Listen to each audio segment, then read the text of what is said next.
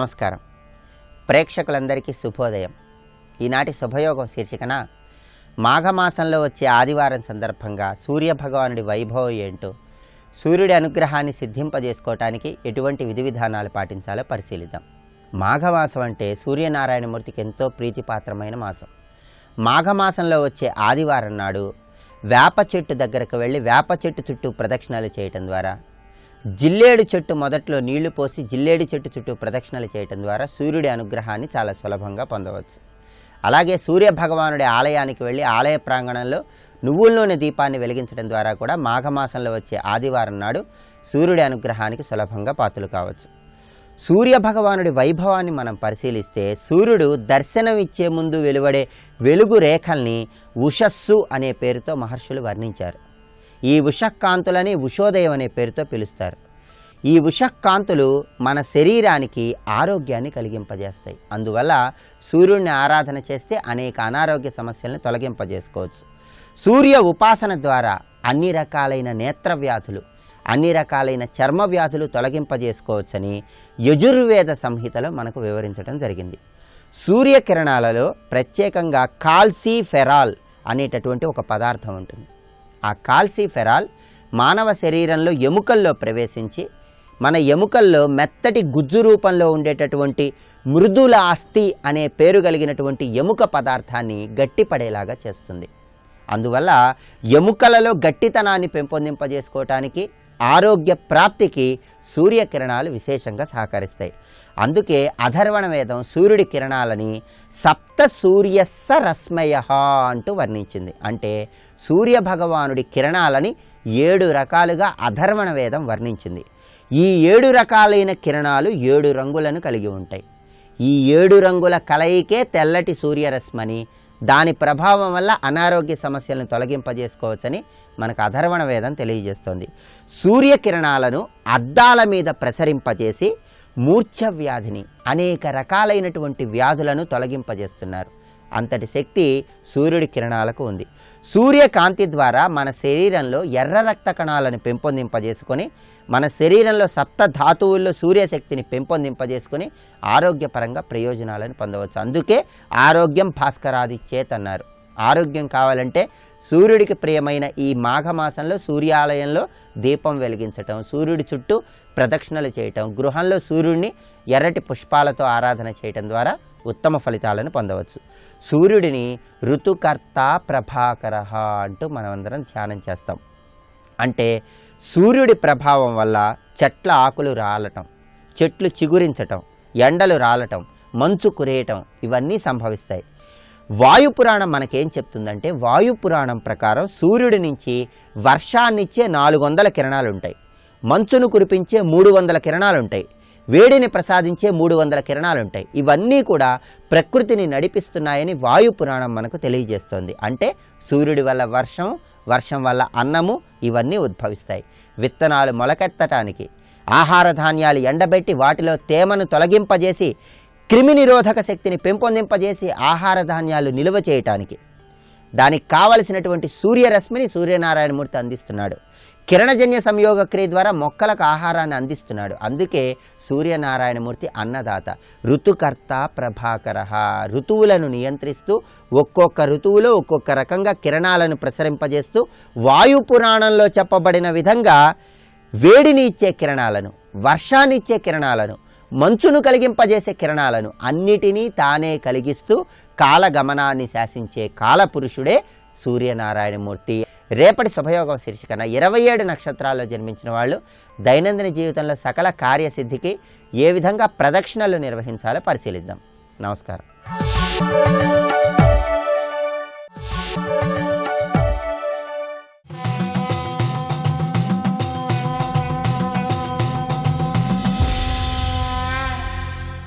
శతక సాహితీ సరస్వతికి నమస్కారం. ఆధివ్యాధిపరీతమైన తన కాయం వర్ధి పోషించుచున్ శోధింపన్ బలె వేదశాస్త్రములు సంశోధించి అద్దానిచే సాధింపన్ బలె ముక్తి మార్గమదియున్ సాధించి మోక్షార్థికిన్ బోధింపన్ బలే జన్మమన్నదెదెపో దేవి కామేశ్వరి. ఓ కామేశ్వరీదేవి, ఆదివ్యాధిపరీతమైన తన కాయం వర్ధి పోషించుచున్. నిన్ను పరమార్థాన్ని వేడుకునేటువంటి వాడు ఆదివ్యాధిపరీతమైన తన కాయం వర్ధి పోషించుచున్. ఇది సకల వ్యాధులను కూడా స్వాగతిస్తూ ఉంటుంది ఈ శరీరం. ఎప్పుడూ ఏదో ఒక రోగానికి లోనయ్యేటువంటి అవకాశం ఉంది. ఎన్నో రోగాలకి ఒకేసారి ఇది లోనయ్యేటువంటి ప్రమాదం ఉన్నది. కానీ అలా లోను కాకుండా ఉంటున్నది అని అంటే అది నీ అనుగ్రహం. ఈ జీవి యొక్క నియమం, వీడి యొక్క నిష్ఠా నియమము వల్ల, నీ అనుగ్రహము వల్ల ఈ శరీరం రోగాల బారిన పడకుండా ఉంటున్నది. ఆదివ్యాధిపరీతమైన తన కాయం వర్ధి పోషించుచున్. దీన్ని ఇలా నియమములతో నిష్ఠతో జాగ్రత్తగా నిలబెట్టుకుంటూ శోధింపన్వలే వేదశాస్త్రములు. మొట్టమొదట చేయవలసింది ఏమిటంటే వేదం చదవాలి, శాస్త్రం చదవాలి అనేది కాదు. మహానుభావులు చెప్పినది మొట్టమొదట మనం అర్థం చేసుకోవాలి. కనుక తాను ఆ జ్ఞానాన్ని పొందాలన్నా, ఇతరులకు అందించాలన్నా కూడా మొట్టమొదట కావలసినది ఏమిటంటే ఆరోగ్యం, దృఢమైనటువంటి శరీరం. కనుక దృఢమైనటువంటి ఆరోగ్యాన్ని కలిగి ఉండేలా ఈ శరీరాన్ని నిరంతరం సంరక్షించుకోవాలి అని సూచిస్తున్నారు తిరుపతి వెంకటేశ్వర కవులు. ఆదివ్యాధిపరీతమైన తన కాయం వర్ధి పోషించుచున్. నిరంతరం ఈ శరీరాన్ని ఆరోగ్యంగా ఉండేలా చూసుకుంటూ శోధింపన్వలే వేదశాస్త్రములు. బాగా ఆరోగ్యంగా దృఢంగా ఉండి ఏమిటి ప్రయోజనం జంతువులాగా? అప్పుడు జ్ఞాన మార్గంలో సాగుతూ శోధింపన్వలే వేదశాస్త్రములు. వేదం నేర్చుకోవటం కాదు, ఏదో శాస్త్రం చదువుకోవటం కాదు, దాన్ని శోధింపన్వలే, దాని లోతు ఏమిటో తరచి తరచి తరచి చూడాలి. ఈ శరీరాన్ని దృఢతరం చేసుకుని శోధింపన్వలే వేదశాస్త్రములు. అలా శోధించి సంశోధించి శోధించి శోధించి సంశోధించి అద్దానిచే సాధింపన్వలే ముక్తి మార్గము. ఈ వేదజ్ఞానముతో శాస్త్రజ్ఞానముతో ఈ ప్రపంచమేమిటి, ఈ జీవులందరూ ఎలా సృష్టింపబడుతున్నారు ఈ లోకంలో, వీరందరూ ఎక్కడి నుంచి వస్తున్నారు, ఎలా దేహాలు ధరిస్తున్నారు, మళ్ళీ ఎక్కడికి వెళ్ళిపోతున్నారు, దీని యొక్క పరమార్థం ఏమిటి అని ఆ కారణాన్ని అన్వేషించి ఈ జరిగేటువంటి సృష్టి కార్యము, దీని వెనుక ఉన్నటువంటి ఆ మహాకార్యము, ఈ రెండిటిని వేద శాస్త్ర జ్ఞానముల ద్వారా తెలుసుకుని అప్పుడు సాధింపన్వలే ముక్తి మార్గము. ముక్తి మార్గాన్ని సాధించాలి, ముక్తిని కాదు, ముక్తి మార్గం. ముక్తిని చేరుకునే మార్గం ఏదో దాన్ని దృఢతరం చేసుకుని అది జ్ఞాన మార్గమా, భక్తి మార్గమా, యోగ మార్గమా, తపో మార్గమా, దాన్ని దృఢతరం చేసుకుని నీ సంస్కారానికి తగినట్టుగా నువ్వు ఏ మార్గంలో సాగితే మోక్షం పొందగలవో దాన్ని తెలుసుకుని ఆ మార్గంలో సాగుతూ సాధించి ఆ మార్గంలో నువ్వు సాగుతూ మోక్షార్థికిన్ బోధింపన్వలే. ఈ మోక్ష జ్ఞానాన్ని ఇదిరా నాయన, ఇలా జీవితాన్ని నడుపుకోవాలి, ఇలా సాగాలి అని మోక్షార్థి అయినటువంటి వాడికి బోధించాలిట తాను పొందిన జ్ఞానాన్ని. జన్మమన్ననదియే పోదేవి కామేశ్వరి, అది జన్మంటే అని అద్భుతమైన గురువరేణ్యులై వేల మంది శిష్యులను పరమాద్భుతంగా తీర్చిదిద్దినటువంటి అవధాన చక్రవర్తులై, కవితా స్వరూపులై, ఆర్తితో భక్తితో కామేశ్వరీదేవిని ఆరాధిస్తూ పరమాద్భుతమైన పద్యరచన చేసి మహాద్భుతమైన శతకాన్ని మనకు అందించిన తిరుపతి వెంకట కవుల కామేశ్వరీ శతకంలోని మరి ఒక పద్యం గురించి రేపు ఉదయం తెలుసుకుందాం. ఓం శ్రీ కామేశ్వరీదేవ్యై నమః.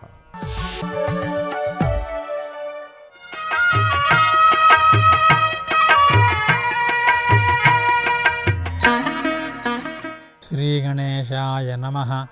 శ్రీ సరస్వత్యై నమః.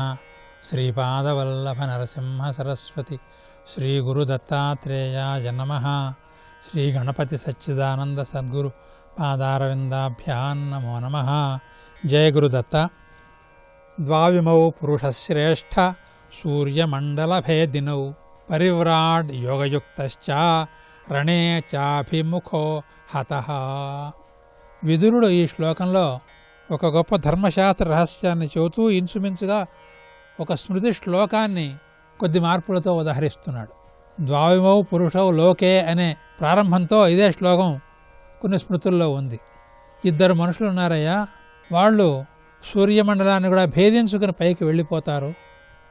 వాళ్ళిద్దరూ ఎవరయ్యా అంటే, మొదటివాడు పరివ్రాట్ యోగయుక్తశ్చ, యోగాభ్యాసంలో ఆరితేరినటువంటి సన్యాసి ఆయనొకడు. రణేచ అభిముఖో హతః, ధర్మయుద్ధంలో వెన్నుచూపకుండా శత్రువుతో తలబడి మరణించిన వాడు కూడా సూర్యమండలాన్ని భేదించుకుని యోగీశ్వరులతో సమానంగా బ్రహ్మలోకానికి వెళ్ళిపోతాడు అని చెబుతున్నాడు విదురుడు. ధర్మశాస్త్రం కూడా ఈ శ్లోకాలు చెబుతాడు. సూర్యమండల భేదనం అంటాడేమిటి అంటే, జయస్సదా సవితుర్మండల మధ్యవర్తి నారాయణ సరసిజాసన సన్నివిష్ట కేయూరవాన్ మకరకుండలవాన్ కిరీటి హారీ హిరణ్మయవపో ధృతశంఖచక్ర అని చెబుతున్నారు. సూర్యమండలం మధ్యలో సాక్షాత్ శ్రీమన్ మహావిష్ణువు కొలువై ఉంటాడు.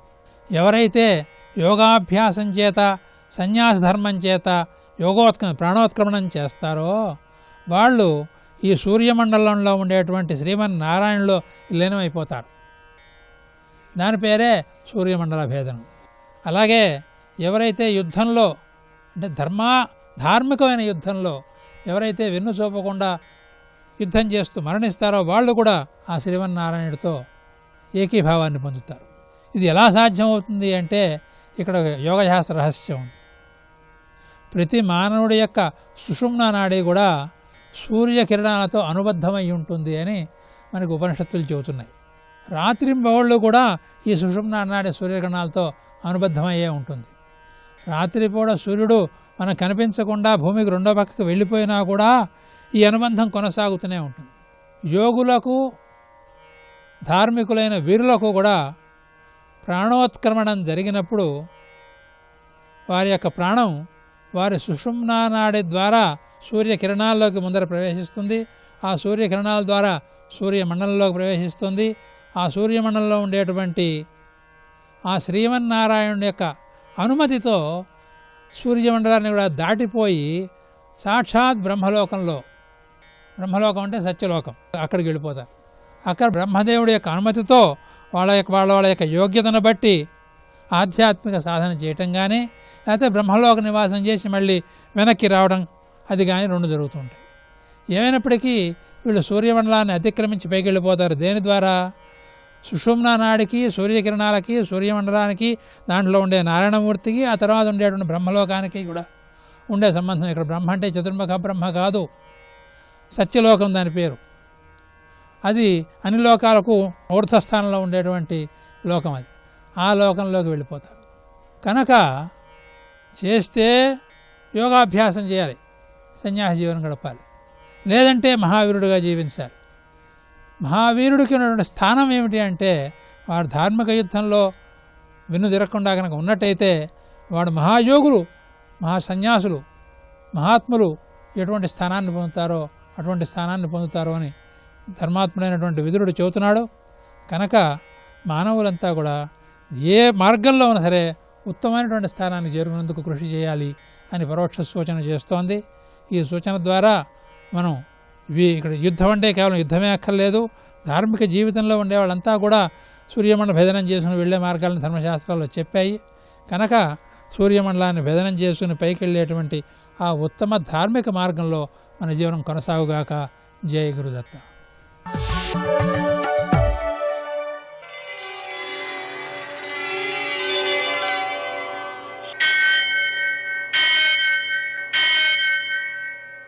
సహస్రశీరుషం దేవం విశ్వాక్షం విశ్వశంభువం విశ్వం నారాయణం దేవమక్షరం పరమం పదం విశ్వతః పరమాం నిత్యం విశ్వం నారాయణగుం హరిం విశ్వమేవేదం పురుషస్తద్విశ్వముపజీవతి पतिं विश्वस्यात्मेश्वरं शाश्वतं शिवमच्युतं नारायणं महाज्ञेयं विश्वात्मानं परायणम्।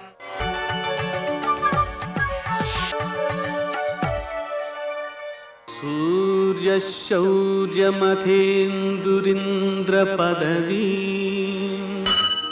सन्मङ्गलं मङ्गलम्। యకర్తా జగదాం భర్తా సంహర్తా మహసాం నధిః ప్రణమామి తమాదిత్యం బహిరంతస్తమోపహం. నేటి కాలమాన విశేషాలను గమనిద్దాం. స్వస్తి శ్రీ చంద్రమాన దుర్ముఖనామ సంవత్సరం ఉత్తరాయణం శిశు ఋతువు మాఘమాసం కృష్ణపక్షం ఆదివారం. సూర్యోదయం 6:45 సూర్యాస్తమయం 6:13 తిథి విధియ తెల్లవారుజామున 4:41 వరకు, నక్షత్రం మఘ ఉదయం 8:40 వరకు, వర్జం సాయంకాలం 4:47 నుంచి 6:24 వరకు, దుర్ముహూర్తం సాయంకాలం 4:42 నుంచి 5:27 వరకు, అమృతకాలం శేషంగా మిగిలినది ఉదయం 7:53 వరకు, మరల రాత్రి 2:31 నుంచి 4:08 వరకు, రాహుకాలం ఆదివారం కాబట్టి సాయంకాలం 4:30 నుంచి 6 గంటల వరకు, అష్టక వర్గ రీత్యా శుభప్రదమైన సమయం ఉదయం 9 గంటలకి. నేటి విశేషాలు: కలియుగాంతం, అలాగే కుంభ సంక్రమణ పుణ్యకాలం. ఈ కుంభ సంక్రమణం రాత్రి 8:35 అవుతోంది. కానీ దానికి ముందు కాలం శుభప్రదమైనటువంటి పుణ్యకాలంగా భావించడం వలన ఈరోజు మధ్యాహ్నం 12:30 నుంచి సూర్యాస్తమయ సమయం వరకు కూడా కుంభ సంక్రమణ పుణ్యకాలం అవుతుంది. అలాగే సూర్యుడి కదా సంక్రమిస్తున్నది, ఆదివారం కావడం మరో విశేషం అన్నమాట. మాఘపాదివారం కావడం వలన మధ్యాహ్నపు సమయంలో సూర్యుడిని ఆరాధించుకోవడం, ఆవు పిడకల పైన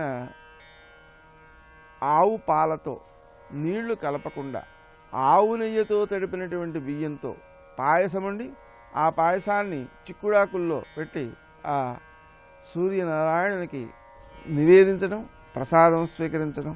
అదేవిధంగా కుంభ సంక్రమణ పుణ్యకాలం కూడా కావడం వలన, కలియుగాంతం కూడా కావడం వలన దానం చేయడం, అలాగే పితృదేవతారాధన చేయడం, పెరుగు ప్రత్యేకించి దానం చేయడం, ఇవన్నీ కూడా మనకు సంతాన సౌఖ్యాన్ని, వంశ పరంపరయ సకల సంపదలతో వంశము అభివృద్ధి చెందడాన్ని కూడా కలిగించే ఉత్తమ కార్యక్రమాలు. నేటి ఆణిముత్యాలు.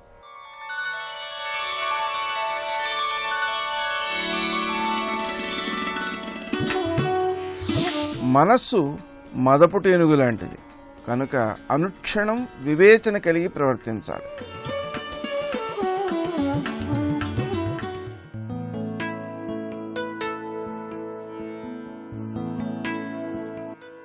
ఆనందానికి రూపం లేదు, ఆరాధనకి ఆకారం లేదు. మన చుట్టూ ఉన్న ప్రకృతిని, మనం తాగే నీటిని, తినే తిండిని, చేసే పనిని, జీవితంలో ప్రతి నిమిషాన్ని ఆరాధించటమే నిజమైన ఆనందం.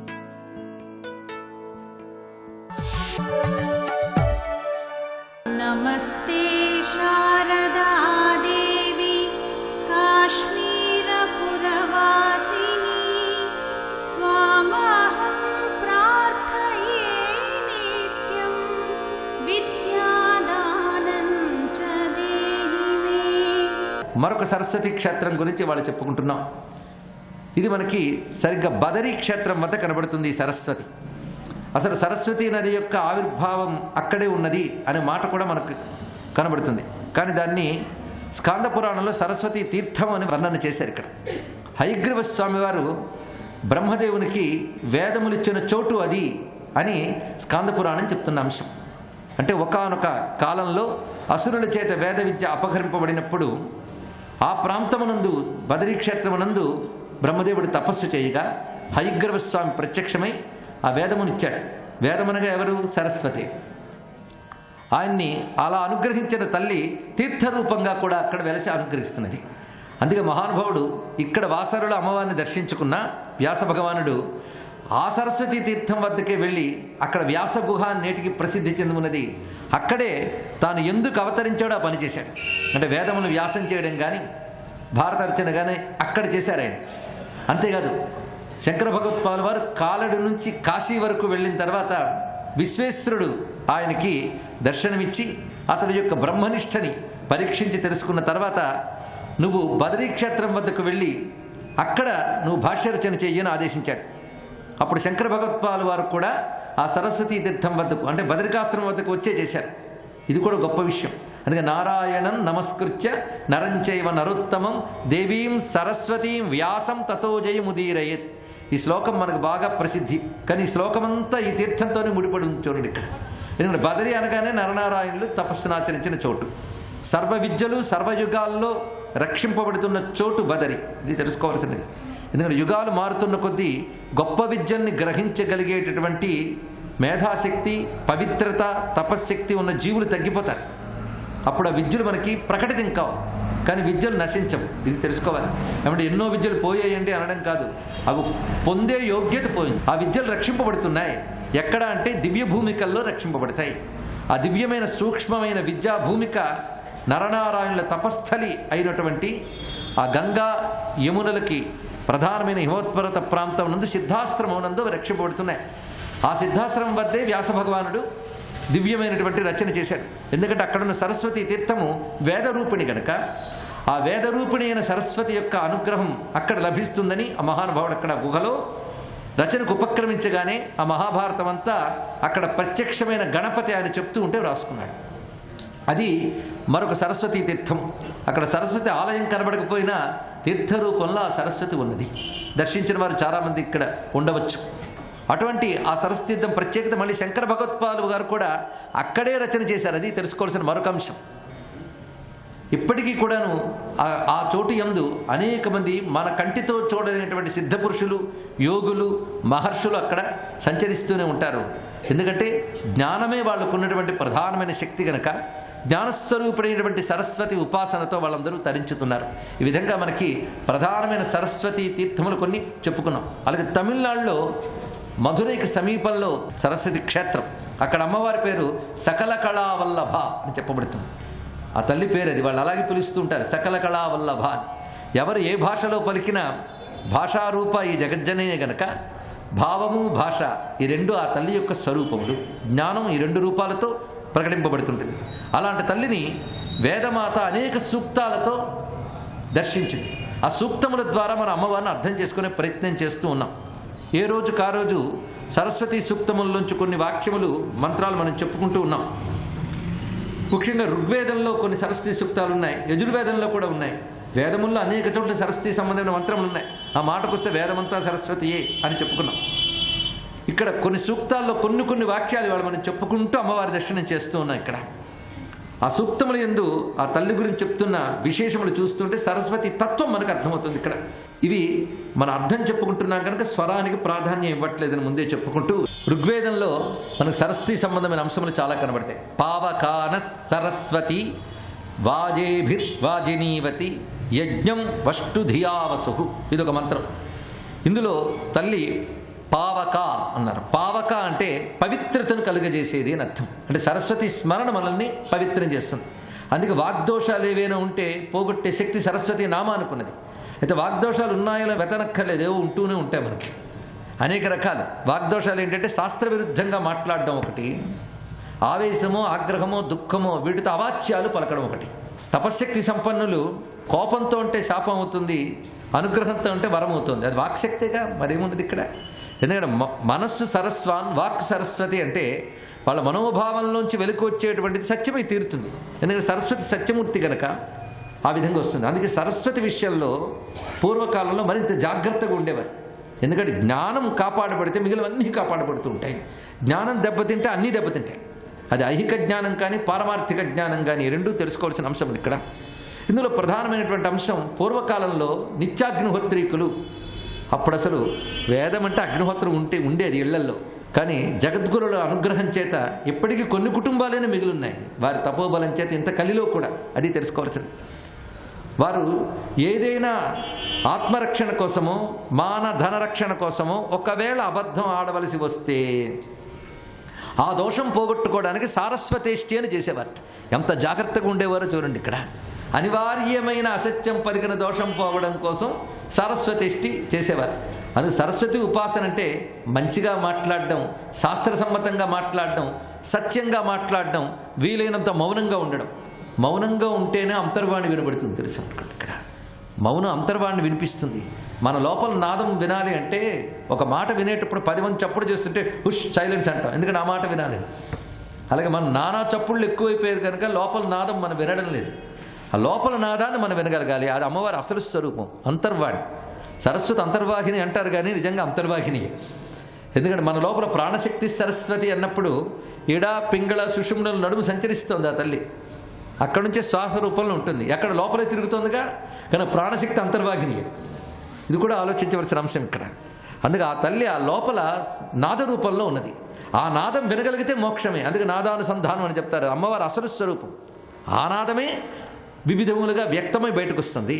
ఆ మొట్టమొదటి వ్యక్తమైనప్పుడు ఏక గౌరీ మిమాయ సలిలాని తక్షేకపది ద్విపది సా చతుష్పది. ఇది గౌరీ మంత్రంగా అంటాం మనం, కానీ సరస్వతి సూక్తములు ఎందుకు చెప్పబడ్డాయి. మరి గౌరీ అన్నారు కదండి అంటే మనకు లోక వ్యవహారంలో ఇలాంటి భేదాభిప్రాయాలన్నీ ఏర్పడ్డాయి. కానీ గౌరీ అన్న సరస్వతి అని అమ్మవారు. పైగా గౌరీ అంటే తెల్లని కాంతి అని అర్థం. ఉమాదేవి కూడా గౌరీ అంటే బ్రహ్మ విద్యా స్వరూపిణి, శుద్ధమైనటువంటి కాంతి అంటే బ్రహ్మ విద్య, ఇంకోటి కాదు. గౌరీ అనగా తెల్లని కాంతి కలిగిన సరస్వతీదేవి. ఆ తల్లి ముందుగా ఏకపది అంటే ఓమిత్యేకాక్షరం బ్రహ్మ. అటు నుంచి ద్విపది, ద్విపది అంటే వ్యాహృతులు గాయత్రి కలిపి ద్విపది అన్నారు. అటు తర్వాత చతుష్పది అంటే వేదములు. అలా మీరు చూస్తూ ఉంటే క్రమంగా ప్రణవం ఎన్ని రూపములు ధరించి వాంగ్మయంగా వచ్చిందో వర్ణిస్తారు అందులో. కానీ అంతా కూడా సలిల అని మళ్ళీ జలస్వరూపంగా చెప్పారు. సలిలము సరస్సు రెండు ఒకటే మనం చెప్పుకున్న ప్రకారం. ఊటలా ఊరుతుందని చెప్పుకున్నాం కదా, కానీ సలిలాని అనేది నీటి గురించి చెప్పారు కదండి అని.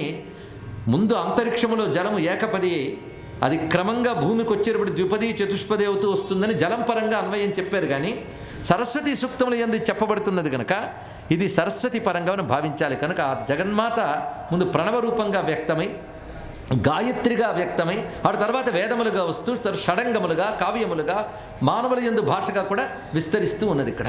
సర్వం శ్రీ శారదా చరణారవిందార్పణమస్తు. స్వస్తి. ఆదిదేవ నమస్తుభ్యం ప్రసీద మమ భాస్కర. దివాకర నమస్తుభ్యం ప్రభాకర నమోస్తుతే. సప్తాస్వరథమారూఢం ప్రచండం కశ్యపాత్మజం. సూర్యుడు వచ్చాడు, ఇక చీకటి ఉందన్నమాట లేదు. అంటే సూర్యుడు ఏది పోగొడుతున్నాడు? భయాన్ని పోగొడుతున్నాడు. త్రాసత్రాణ స్ఫటిక గుటికా పుస్తకరాం అంటారు శంకరాచార్యుల వారు. ఈ భయాన్ని పోగొట్టేస్తే మనిషి శాంతి పొందినట్టే, ఆలోచన కలుగుతుంది, తన సమస్యకి పరిష్కారాన్ని వెతుక్కోగలడు. ఎవడు భయమునకు వశుడైపోతాడో వాడి మనసు కూడా పనిచేయదు. అందుకే శ్రీరామాయణంలో పర్వతములన్నిటికీ కూడా రెక్కలను ఇంద్రుడు తన వజ్రాయుధం చేత నరికేసినప్పుడు ఎగరగలిగిన శక్తి ఉండి కూడా మైనాకుడు ఎగరలేకపోయాడు. కారణం ఏమి అంటే రెక్కలున్నా భయానికి లోనైపోయాడు. రెక్కలుండి ఎగరగలిగిన వాడిని వాయుదేవుడు ఎత్తి తెచ్చి సముద్రంలో పడేశాడు. భయం మనిషిని ఆలోచించనివ్వదు. ముందు చెమట పట్టేసి ఏ ఆలోచన రాకుండా వణికిపోతాడు. అందుకే నిజానికి భయము మృత్యువునకు పర్యాయపదం. పిరికివాడు క్షణక్షణం చచ్చిపోతాడు, ధైర్యశాలి ఒక్కసారి చచ్చిపోతాడు. మనకి మృత్యుదారు కుఠారిక అని అమ్మవారికి నామం. ఆవిడ మృత్యు అనేటటువంటి దారువుకి గండ్రగొడ్డల్లాంటిది. చూడండి, లోకంలో ప్రతి చిన్న విషయానికి అబ్బా చచ్చిపోయానండి అంటే, గాలి తగలటం లేదనుకోండి, అబ్బా చచ్చిపోయానండి గాలి తగలటం లేదు అంటే, అనుకున్న సమయానికి ఏదో వస్తువు దొరకలేదనుకోండి, చచ్చిపోయానండి ఎలాగండి అంటాడు. ఈ చచ్చిపోయానండి అనేటటువంటి నిరాశ, నిస్పృహ, భయము, ఖేదము, వీటికి ఆవిడ కుఠారము వంటిది, గొడ్డలి వంటిది. సూర్యుడు ప్రత్యక్షంగా మహోపకారం చేస్తాడు. చీకటి పడితే వస్తువు విషయం తెలియకే భయం అనుకోకండి. ఏదో దూరంగా ఓ మంచి గది ఉందనుకోండి, అందులో ఒక్కడు ఉండడానికి భయపడతాడు. ఎందుకంటే రాత్రి ఏదో నీడ కనపడింది అనుకోండి, అద్దం మీద భయం, అమ్మో ఎవరో తిరుగుతున్నారేమో. ఒకవేళ వాడికి కావలసిన వాడే తిరుగుతున్నాడు అక్కడ, కానీ వీడికి భయం, నీడపడుతోంది తప్ప మనిషి ఎవరో తెలియదు, అందుకు భయం. చీకటి పడిందంటే ఎక్కడైనా చప్పుడైతే భయం, అన్నిటికీ భయమే. ఆ భయం పోవాలంటే చీకటి పోవాలి. ఆ చీకటిని పోగొట్టగలిగిన వాడెవరు? సూర్యనారాయణమూర్తి. సూర్యోదయం అయింది, ఇక చీకటి లేదు, చీకటి లేదు, భయం లేదు, బుద్ధి ప్రచోదనమైంది. కాబట్టి ఇప్పుడు ఆయన తన తేజస్సు చేత ఒక మహోపకారాన్ని చేస్తున్నాడు. ఎవరికి? ఏదో దీపం పెట్టుకున్న ఒక ఇంట్లో ఒక గదిలో ఉన్నవాడికి కాదు, సమస్త లోకాలకి, ఇంతమందికి. అది కూడా యోగ్యతాయోగ్యతల విచారణ ఏం లేదు. వీడు దుర్మార్గుడండి, వీడికెందుకు నేను వెలితిరివ్వాలి, వీడికెందుకు శాంతినివ్వాలి, వీడికెందుకు భయం పోగొట్టాలనేటటువంటి సిద్ధాంతం లేదు. యోగ్యతాయోగ్యతలను విచారణ చెయ్యకుండా సమస్త లోకవాసులందరికీ కూడా భయాన్ని తీరుస్తున్నాడు. కాబట్టి భయాన్ని తీర్చగలిగినటువంటి తేజస్సు తప్ప నువ్వు ఇన్నాళ్ళ నుంచి భయం పోగొడుతున్నావు, నిన్ను భయపెడతావు అనేవాడు మాత్రం లోకంలో లేడు. అందుకే ఆ తేజస్సుని ఆక్రమించగలిగిన తేజస్సు లోకంలో లేదు. ఆయన తేజస్సే అన్నిటినీ ఆక్రమిస్తుంది. అందుకని తేజస్వి. అంతేకాదు, లక్ష్మిని మనకి అందిస్తాడు ఆయన. లక్ష్మీ కటాక్షాన్ని కల్పిస్తాడు. లక్ష్మీదేవి ఉన్న ఇంటి తలుపులు తీస్తే లక్ష్మీ కటాక్షం వచ్చేసినట్టేనా? ఆవిడ అనుగ్రహం దొరికేసినట్టేనా? ఆవిడ చల్లని చూపు మన మీద పడినట్టేనా? లక్ష్మి అంటే లోకుల చేత చూడబడినది, లోకమును చూచున్నది అని అర్థాలు. ఆవిడ చూపు ఒక్కసారి పడిందనుకోండి అంతే, ఎక్కడ లేని మహదైశ్వర్యం కురిసేస్తుంది. స్త్రీగుడు రత్నకోశం చేస్తూ పరాశర భట్టర్లు అంటారు, యద్భ్రూభంగా ప్రమాణం స్థిరచర రచన తారతమ్యే మురారే వేదాంతా తత్వచింతాం వరవిదురసి యత్పాద చిహ్నైతరంతి భోగోపోద్ఘాత కైళీచుడికిత భగవత్వైశ్వరూప్యానుభావ సానశ్రీ అస్ఫురణీతాం అమృతలహరి ధీలంగనీయై అపాంగై అంటారు. ఆమె కుమారుడైనటువంటి చతుర్ముఖ బ్రహ్మగారు సృష్టి చేసేటప్పుడు పుర్రె చేత్తో పట్టుకుని అన్నీ రాసి ఐశ్వర్యము అన్నది రాయవలసి వచ్చేటప్పటికీ అమ్మ వంక చూస్తాట, అలా సింహాసనంలో కూర్చుంటాడు. అమ్మా ఎంత రాయను అంటాడు. ఆ పుర్రె గత జన్మలో ఎవరు అంటుంది ఆవిడ. అంటే అమ్మ ఈ పుర్రె గత జన్మలో ఫలానా పేరున్నదమ్మా. ఓ వాడా ఎంత చేశాడరా సమాజం కోసం, ఎంత త్యాగమూర్తి అని ఓ అంటుంది. ఇలా కనుబొమలెత్తుతుంది. మహదైశ్వర్యం. ఆయన ఇంటి ముందు ఏనుగులు ఘేంకరిస్తూ నిలబడతాయని రాస్తాడు. వాడా అని ఆవిడ ఇలా అందనుకోండి, దరిద్రుడు అని రాస్తాడు. యద్భ్రూభంగా ప్రమాణం. ఆవిడ కనుబొమ యొక్క కదలిక చేత ఐశ్వర్యము నిర్ణయింపబడుతుంది. అటువంటి తల్లి యొక్క కటాక్షం పడిందనుకోండి, ఇంకంతకన్నా లక్ష్మీ కటాక్షం ఏమిటి? విశేషానుగ్రహం. అది కలగాలంటే ఆవిడ ఉన్న ఇంటి తలుపు తీయించేవాడు ఉండాలి. ఎక్కడుంటుంది ఆవిడ? ఏ ఇంట్లో ఉంటుంది? ఎలా వెళ్ళడం ఆ ఇంటికి? పోని దారి చెప్పేవాడు ఉన్నాడా? తీసుకెళ్ళాడు, తలుపు తీయించేవాడు ఉన్నాడా? ఓ సామాన్యుణ్ణి కలుసుకోవడమే కష్టమైతే లక్ష్మీదేవి ఉన్న ఇంటి తలుపులు తీయించేవాడు ఎవడు మన కోసం? తీయించి ఆవిడ చూపు మన మీద పడేటట్టు చేయగలిగిన వాడెవడు? అంటే ఆవిడ ఎక్కడుంటుందో మీరు తెల్లవారి లేస్తే అస్తమానం లక్ష్మీ అష్టోత్తరంలో శ్రీ సూక్తంలో చదువుతున్నారు కదా. ఆవిడ పద్మాలయ, పద్మాసనే పద్మముఖి, పద్మమాలాధరాం దేవీం పద్మినీం పద్మగంధినీం. ఆవిడ అంతా పద్మ సంబంధంగా ఉంటుంది. పద్మంలో కూర్చుని ఉంటుంది ఆవిడ. కానీ తలుపులు వేసేసి ఉన్నాయి. ఎందుకని? పద్మాలు ఇలా ముడుచుకుని ఉంటాయి, ఇలా రేకులు ఇలా మూసేసుకుని ఉంటాయి. లోపల ఆవిడ కూర్చుంది. తలుపులు వేసేసి లోపల కూర్చున్నటువంటి ఒక వ్యక్తిలా ఆవిడ మనని, మనం ఆవిడ్ని చూడాలి. ఆవిడ కోసం మనం చూస్తున్నాం, ఆవిడే మనని చూడాలి. తలుపులు తీయించేవాడు ఉండాలి. పద్మం యొక్క రేకులు విచ్చుకున్నాయా? ఆవిడ మనని చూసింది. ఇప్పుడు పద్మం యొక్క తలుపులు తీయించేవాడెవరు? ఒక్క సూర్యనారాయణ. ఆ తలుపులు విచ్చుకున్నాయి. విచ్చుకున్నాయా? ఆవిడ చూసింది. ఆవిడ చూసిందా? మన జాతకం మారిపోయింది. ఆయన తేజస్సు మనకి లక్ష్మీకారకం. ఇలాంటి తేజస్సు ఉన్నవాడు ఇంకొకడు ఉన్నాడా? అలా లక్ష్మీ కటాక్షాన్ని కురిపించగలిగినటువంటి తేజస్సు ఉన్నవాడు లోకంలో ఉన్నాడా? సూర్యుడికి ప్రత్యామ్నాయంగా మీరు వేరొక కిరణాలు పట్టుకెళ్ళి ఆ పద్మం యొక్క మొగ్గ మీద వేశారనుకోండి, ఏదో దీపం పట్టుకెళ్ళి కిరణాలు ప్రసరింపజేశారనుకోండి, అదేం విచ్చుకోదు. దానికి ఒక్క సూర్యకిరణం తగిలితేనే విచ్చుకుంటుంది. విచ్చుకుందా? పద్మంలో తల్లి కూర్చుని ఇలా విచ్చుకుంది అంటే తలుపులు తీసింది. తలుపులు తీసిందా? అక్కడే ఉన్నవాడిని ఇలా సంతోషంతో చూస్తుంది. మీరు ఇలా పక్కకున్నారా? ఇలా చూస్తుంది. ఇటున్నారా? ఇలా చూస్తుంది. ఎటున్నా చూస్తుంది. ఆవిడ చూపు పడింది. అలక్ష్మి పోయింది, భయం. లక్ష్మి వచ్చింది. అలక్ష్మీర్మేనశ్యతాం త్వాం వృణే. ఆవిడ యొక్క ఏ అలక్ష్మి యొక్క దృష్టి మన నుండి తొలగిపోవాలో ఆ అలక్ష్మి తొలగిపోయింది భయరూపంలో, చీకటి రూపంలో. ఏ లక్ష్మీ కటాక్షం మనకి కలగాలో ఆ లక్ష్మీ కటాక్షం కలిగింది. ఇలా వేరొక కాంతి చెయ్యగలదా? లేదు. అందుకే సూర్యనారాయణమూర్తి యొక్క అనుగ్రహము అంత విశేషంగా చెప్పబడుతుంది. మీరు ఎప్పుడైనా చూశారో లేదో నాకు తెలియదు. అసలు పద్మం యొక్క మొగ్గ చేత్తో పట్టుకుని మీరు ఇలా సూర్యబింబానికి ఒకసారి చూపించి ఆ కాడ ఇలా అన్నారనుకోండి, టక్కున విచ్చుకుంటారు. కాబట్టి ఎంత గొప్ప తేజస్వి ఇప్పుడు ఆ తేజస్సు. అందుకని తేజస్వి ఆ కాంతి సామాన్యమైన కాంతి కాదు సుమా, అది పరమాద్భుతమైన కాంతి అని చెప్పడానికి మహర్షి పొంగిపోయి తాను ఆనందపడిపోతూ రామచంద్రమూర్తికి చూపిస్తూ, ఏష ఈ బింబం ఉందే ఇది లక్ష్మీకారకం రామ, ఈ బింబం దరిద్రాన్ని తరిమేస్తుంది రామ, భయాన్ని పోగొడుతుంది రామ, నీకింక భయం లేదు. చింతాశోక ప్రశమనం ఆయుర్వర్ధనముత్తమం. ఎందుకు బెంగ పెట్టుకుంటావు? నీకు విజయము, నీకు యశస్సు, ఇవన్నీ లక్ష్మి, ఇవి కావాలా? అదిగో బింబానికి నమస్కారం చెయ్యి, ఉత్తర క్షణంలో అనుగ్రహాన్ని ప్రసరిస్తాడు. సర్వం శ్రీ ఉమామహేశ్వర పరబ్రహ్మార్పణమస్తు. స్వస్తి.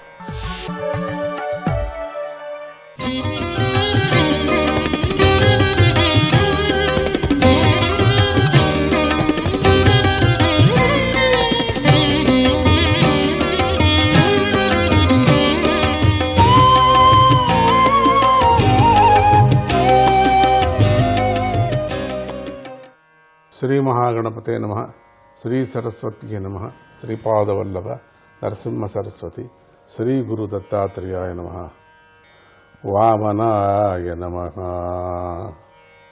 నారాయణాయ నమ. అనిరుద్ధాయ నమ. పురుషోత్తమాయ నమ. సంకర్షణాయ నమ. రాజపురోహితుడు ప్రహ్లాదుడికి ధర్మార్థ కామాలనే 3 పురుషార్థాల గురించి చెప్పి శాస్త్రాన్ని మాత్రమే ఆయన అతడితో ఒలి వేయించాడు, బాగా చదివించాడు. రాజకుమారుడు నేర్చుకోవలసిన సామ దాన భేద దండాలనే 4 ఉపాయాలను కూడా ప్రహ్లాదుడు తెలుసుకున్నాడు. పురోహితుడు అతడిని రాజభవనానికి తీసుకొచ్చాడు. అతడి తల్లి ప్రహ్లాదుడికి చక్కగా స్నానం చేయించి ఆభరణాలతో అలంకరించింది. అన్ని నేర్చుకొని వచ్చాడు కదా, ఇంత విద్య నేర్చుకొని వచ్చాడు ఇంత చిన్న వయసులోనే అని ముచ్చటగా అలంకారం చేసి చక్కగా స్నానం చేయించి ఆభరణాలతో స్వామిని అద్భుతమైనటువంటి ఒక రూపమైనటువంటి ప్రహ్లాదుడు రాక్షస రాజు అయినటువంటి హిరణ్యకశిపుడి కొడుకైనప్పటికి కూడా విష్ణు భక్తుడు. ఆ విష్ణు గురు కృప అనేది ఎంత పెద్దదో తర్వాత చెప్తాను మీకు. ఆ విష్ణు భక్తుడిని చూసి ముచ్చటగా ఉన్నాడు అంత అలంకారం చేయించి తర్వాత రాక్షస పురోహితుడు ప్రహ్లాదుడిని తీసుకొని హిరణ్యకశిపుడికి చూపించాడు. ఇంత ముచ్చట ముద్దుగా ఉండేటువంటి ప్రహ్లాదుడిని చూపించాడు రాజపురోహితుడు. ఇక మీ ఇష్టం వచ్చిన ప్రశ్నలు వేయండి చెప్తాడనే విధంగా ప్రహ్లాదుడు ఆయన పాదాలకు నమస్కరించగా హిరణ్యకశిపుడు అతడిని ఆశీర్వచనంతో అభినందించాడు. ఎప్పుడు సాష్టాంగ నమస్కారం చేశాడు. నాన్నగారు దొరగారైనటువంటి హిరణ్యకశిపుడి కాక ఆయన కదా ఇప్పుడు దేవుడు అనే విధంగా ఉన్నాడు కదా, అందుకని అంత అహంకారంతో ఆనందంగా ఆశీర్వాదం చేశాడు. చాలాసేపు ప్రహ్లాదుడిని ఆలింగనం చేసుకొని గొప్ప ఆనందాన్ని పొందాడు. తన ఒడిలో కూర్చోబెట్టుకొని నుదుటిపై ముద్దాడి ఆనంద భాష్మాలతో అతన్ని తడుపుతూ ఇలా అన్నాడు, ఓ కుమారా, ప్రహ్లాద, చిరంజీవి, నువ్వు ఇంతవరకు గురువు వద్ద చక్కగా పాఠాలు చదువుకున్నావు కదా, వాటిలో నుండి ఒక మంచి పాఠాన్ని అప్పచెప్పు అన్నాడు. ప్రహ్లాదుడు ఇలా అన్నాడు, శ్రవణం కీర్తనం విష్ణో స్మరణం పాదసేవనం అర్చనం వందనం దాస్యం సఖ్యమాత్మనివేదనం. సఖ్యమాత్మనివేదనం. తండ్రి శ్రీహరి లీలలను వినటం, కీర్తించటం, స్మరించటం, శ్రీహరి పాదాలను సేవించటం, పూజించటం, నమస్కారం చేయటం, దాసుడై ఉండటము, మైత్రి కలిగి ఉండటము, శ్రీహరికి తనను తాను సమర్పించుకోవటం అని భక్తి 9 విధాలుగా ఉంది. 9 విధములైన భక్తిని స్వామికి తన తండ్రికి విన్నవించుకున్నాడు. సాధకుడు శ్రీహరి యందు సమర్పణ భావంతో ఇలాంటి భక్తిని నెరవేర్చటమే ఉత్తమమైనటువంటి చదువు అని నా అభిప్రాయం. ఆ మాటలు విన్న హిరణ్యకశిపుడు అదిరిపోయాడు. ఆయనకు బాగా కోపం వచ్చింది. వణుకుతున్న పెదవితో గురుపుత్రుడితో ఇలా అన్నాడు, ఓయే నీచుడా, ఇదా నువ్వు నేర్పిన విద్య? ఏమిటిది? నువ్వు చెడ బుద్ధితో నా శత్రుపక్షంలో చేరిన దుష్టుడిలా కనిపిస్తున్నావు. నా మాటను లక్ష్యపెట్టక పిల్లవాడిని సారం లేని చదువును నేర్పావు. లోకంలో కపట వేషం వేసుకొని మోసపూరితమైన స్నేహం చేసే చెడ్డవారికి లోటు లేదు కదా. కానీ చేసిన పాపము సమయం వచ్చినప్పుడు రోగరూపంలో బయటపడుతుంది. అదేవిధంగా ఇలాంటి దుష్టుల పాపం కూడా బయటపడుతోంది అన్నాడు. నువ్వు దుష్టుడు, నువ్వు లోపలనే నా శత్రుపక్షంలో చేరుకున్నారు. మీరు గురుకులం అంతా చేరుకుంది. నాకు ఇప్పుడు అర్థమైంది. అటువంటి యొక్క విద్యను నేర్పించేది మీరు, ఇది సరిగా లేదు మీరు నేర్పించింది. నా శత్రువు కదా, వాడి పేరు చెప్తేనే నాకు అయ్యలేదు. అప్పుడు గురుపుత్రుడు అన్నాడు హిరణ్యకశిపుడితో, ఇంద్రశత్రువైన ఓ రాజా, నీ పుత్రుడు చెప్పేది నేను కానీ ఇతరులు కానీ నేర్పించినది కాదు స్వామి. మేము నేర్పిన విద్య వేరే, ఇతను నీకు అప్పచెప్పే విద్య వేరే. ఇది ఎక్కడి నుంచి వచ్చిందో తెలియదు మాకు. ఎట్లా ఈ బుద్ధికి కలిగిందో, ఈ బుద్ధి ఇతడికి సహజంగానే కలిగింది. నువ్వు కోపాన్ని నియంత్రించుకో. మా మీద ఎందుకు నువ్వు కోపపడతావు? మేమెందుకు శత్రుపక్షంలో చేరుతాం? నువ్వే దేవుడు మాకు, ఆ శత్రువే మాకు సరిగా తెలీదు. తప్పును మాపై రుద్దవద్దు అన్నాడు. ఆ మాటలు విని హిరణ్యకశిపుడు మళ్ళీ పుత్రుడితో ఇలా అన్నాడు, అసలు మేము నేర్పిన విద్య కాదు ప్రభు, తనకు తానే ఎక్కడి నుంచి వచ్చిందో తెలీదు. అసలు ఈ శ్లోకమే మాకు తెలియదు. మళ్ళీ అడిగాడు, అమంగళమైన ఈ పాడుబుద్ధి గురువు నేర్పింది కాకపోతే నీకే అబ్బింది చెప్పు అని ప్రహ్లాదుడు ఇలా చెప్పాడు. అప్పుడు అన్నాడు ప్రహ్లాదుడు, తండ్రి, లౌకీకులు ఇల్లే వ్రతంగా ఇంద్రియాల వశంలో లేనివారై అంధకారంతో నిండినటువంటి సంసారంలోకి మళ్ళీ మళ్ళీ ప్రవేశిస్తూ చేసిన కర్మలనే చేస్తూ మళ్ళీ అనుభవించిన భోగాలనే అనుభవిస్తూ ఉంటారు. ఇక్కడ లౌకికులు వాళ్ళు ఇల్లే సర్వస్వం అనుకున్నారు, వాళ్ళు ఒళ్ళే సర్వస్వం అనుకున్నారు. ఇల్లే వైకుంఠము, ముల్లోకాలు ఇల్లే, పరమాత్ముడు అక్కడే, విష్ణుమూర్తి అక్కడే దేవుడు. ఏదేదో చెప్తున్నాడు ఊరికే ఉండకోకుండా. మొదటే వీడికి కోపం. ఈ వైరాగ్యాన్ని తండ్రికి బోధిస్తున్నాడు. అందుకని నువ్వు కూడా ఈ నవవిధ భక్తిని నేర్చుకోనన్నా. పైగా ఇది వేరే సంసారంలోకి మళ్ళీ మళ్ళీ ప్రవేశిస్తూ ఉన్నటువంటి జీవుల్ని చూసి నాకు ఎంత బాధ అవుతుందంటే నాన్నగారు, నారాయణ నారాయణ